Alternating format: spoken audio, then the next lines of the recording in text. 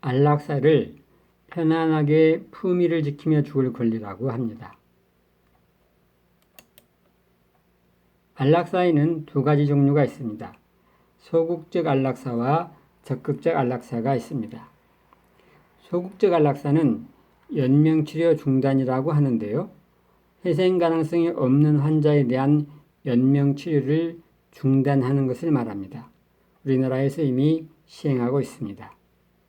적극적 안락사는 회생 가능성이 없는 환자에게 의사가 약물 투여를 통해서 환자의 생명을 단축시키는 것입니다.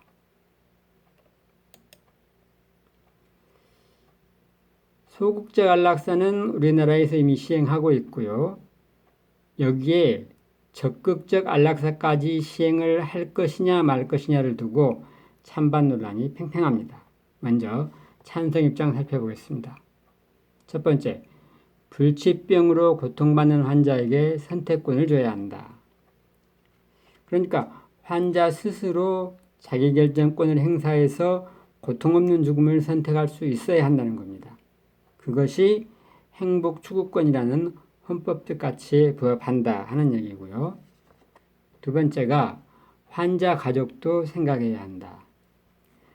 환자가 오랜 시간 동안 끔찍한 고통을 받는 걸 옆에서 지켜봐야 하는 가족의 그 심리적 고통, 또 치료가 장기간 계속될 경우 가족이 부담하게 될 경제적 비용, 이런 것들도 고려해야 한다는 얘기죠. 세 번째, 생명의 존엄을 지키는 수단이 될 수 있다. 예를 들어 불치병 환자가 견딜 수 없는 고통 속에서 몸부림치다가 죽어가는 상황이라면 그 환자에게서 생명의 존엄성을 찾기는 어려울 것이란 얘기죠. 이럴 때 적극적 안락사가 생명의 존엄성을 지켜주는 수단이 될 수 있다. 이런 얘기입니다. 그럼 이제 반대 입장을 살펴보겠습니다. 첫 번째, 우리나라는 이미 소극적 안락사를 시행하고 있다. 우리나라는 이미 연명으로 결정법을 시행하고 있습니다. 그러니까 연명으로를 중단할 수 있는 거예요. 환자 본인의 선택에 의해서. 그래서 환자에게 이미 선택권이 있다는 거죠. 그런데 여기에다가 적극적 안락사까지 더하면 자칫 생명을 경시하는 풍조가 만연할 우려가 있다. 이런 얘기입니다. 두 번째 보겠습니다. 인간의 생명은 스스로 포기할 수 없는 것이다.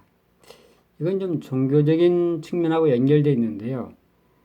기본적으로 인간은 하늘이 내린 것이라고 보는 입장이고요. 그래서 고통을 피하기 위해 스스로 생명을 포기하는 것은 하늘의 섭리를 무시하는 것이다 라는 거죠.